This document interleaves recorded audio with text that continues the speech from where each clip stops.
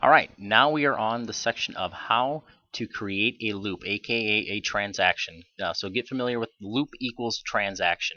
We're basically creating that loop for us, the client, the co-broke, the title company, the office. Everybody's invited into the loop, or the cloud as some people like to call it as well.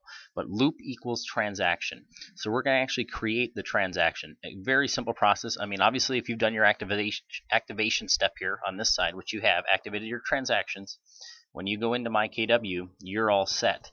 So you'll see the green button here. If you do not, make sure you go back and take the step to activate your My Transactions.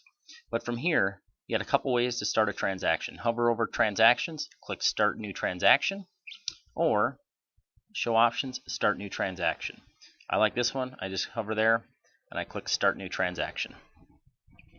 And now all I have to do is, if I'm going to be doing a listing, and check with your office on this, they should also be able to put in the form sets for you so that you can just, if you're doing a residential listing, it'll grab all the forms you need for that. Same with different types for your office. So just check with them and see if you guys don't have them, if you guys could get your form sets in there. That way when you create a listing, you don't have to add every individual form. So all I would do is, I'm going to do a residential listing, click there, create the listing loop. And then I'm going to do the property. So I'm going to do 123 Jim Bop Avenue, because I've already used Anywhere Avenue too many times. The city is in Rochester, Minnesota, 55901. So I want to put that in there. I want to make sure I have the full address and make sure that it is correct, because that's going to be going on to every single form. And what it does is it searches to see if it's already in the system, because if it is one of your listings, it can grab that information. But it's not, so then I just hit continue. And then here is your forms. So the forms in the loop. So it automatically added all the forms that my office requires for a residential listing packet. I have the ability to add more if I need them.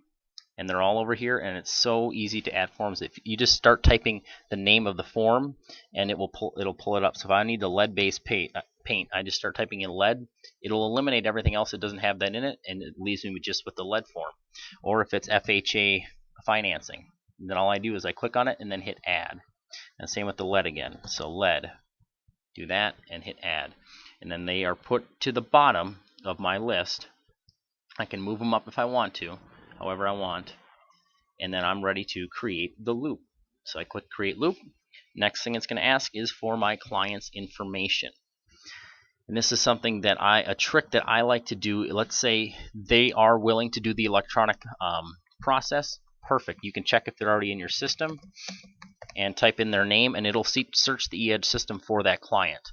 If they're not in your system and you need to add them, make sure you have your email address, their email address at this point to do it. But let's say you don't have it and you still want to do this process where you can electronically sign the form. Just click New Client, and this is going to be Karen has no email. So she has no email. This is just a trick that I found works really nice, or I can actually go in and do the forms with somebody who does not have an email. I just put in need email45@gmail.com, because what it's also going to do is add it to my eEdge system. So this client that I add here that was not in my eEdge is now going to be in there, and it's nice to have the need email. So if I ever pull her up, I can see that I still need to get that client's email address.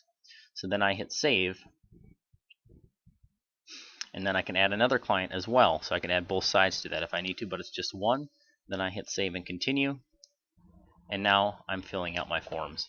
So it's going to ask you to fill everything out, and then you can jump to any form you want within the loop, or just go in order of the loop.